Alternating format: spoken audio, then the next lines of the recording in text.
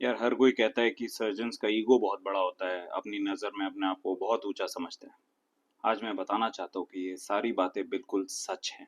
But सिर्फ surgeons के लिए नहीं, उन लोगों का ईगो भी बड़ा होता है जो अपने काम में हर दिन नए चैलेंजेस फेस करते हैं, जिन्हें बहुत ही ज़्यादा क्रिटिकल डिसीजंस लेने पड़ते हैं एंड देन उन डिसीजंस का इफेक्ट बहुत सारे लोगों पर होता है एंड काफ़ी बड़ा होता है।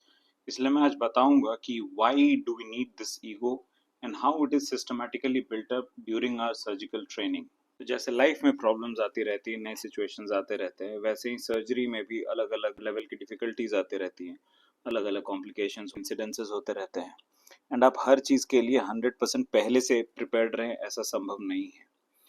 तो जब कोई भी कठिनाई आती है, then it is that ego, that high opinion of one's self जो उस समय हमसे सर्जरी करवाता है, उस समय हमसे इंस्ट्रूमेंट्स उठवाता है। क्योंकि अगर आप अपने आप को किसी सिचुएशन हैंडल करने के लायक नहीं समझते हैं, तो आपसे वो सिचुएशन हैंडल नहीं होगी। तो यही ईगो है जो उस समय हमारे हाथ कांपने से रोक देता है। आप मुझे ईंट पर ईंट रखना सिखाइए, अगर मुझ में कन्विक्शन है तो मैं ताजमहल भी बना सकता हूँ। उसी तरीके से रूटीन चीज़ों की तो प्रैक्टिस हो सकती है, एब्डोमेन खोलने की प्रैक्टिस होगी, बंद करने की प्रैक्टिस हो सकती है, सूचरिंग की प्रैक्टिस हो सकती है।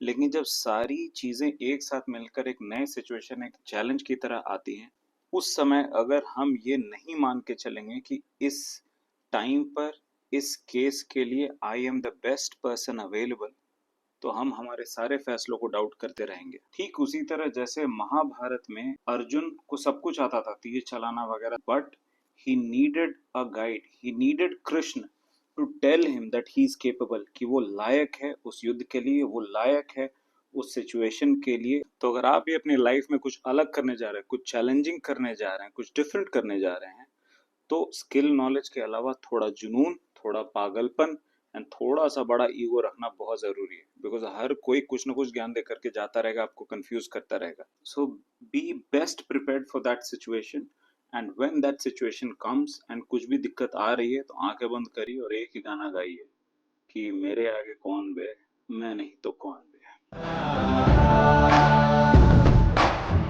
先把炸你啊！